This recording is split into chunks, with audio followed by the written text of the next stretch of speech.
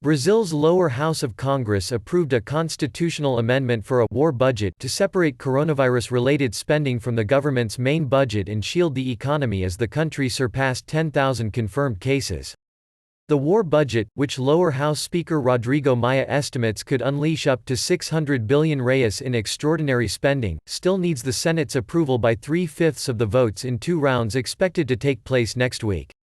The lower house approved late on Friday the main text of the bill with 423 votes in favor and 1 opposed in a second round of voting.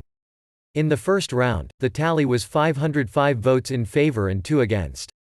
The amendment creates an extraordinary regime to prevent expenses related to the state of emergency decree triggered by the pandemic, which is valid until December 31, from being mixed with the federal budget over the same period.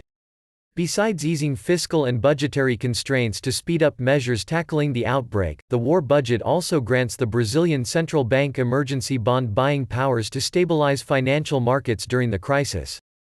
Brazil's coronavirus death toll rose to 431 from 359, while the number of confirmed cases jumped to 10.278 from 9.056, according to Health Ministry figures released on Saturday afternoon. Brazil is among a number of countries struggling to get medical supplies from China. President Jair Bolsonaro has asked Indian Prime Minister Narendra Modi for support in supplying pharmaceutical inputs for the production of hydroxychloroquine.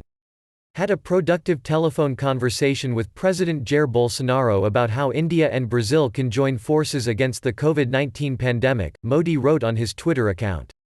Bolsonaro's approval rating has fallen to its lowest level since he took office last year amid mounting criticism of his handling of the public health crisis.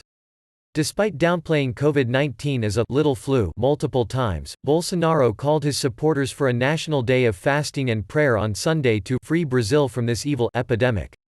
Brazil's economy minister Paulo Guedes said on Saturday that coronavirus forced the government to change its focus from structural reforms to emergency measures, but the recovery still relies on tax cuts.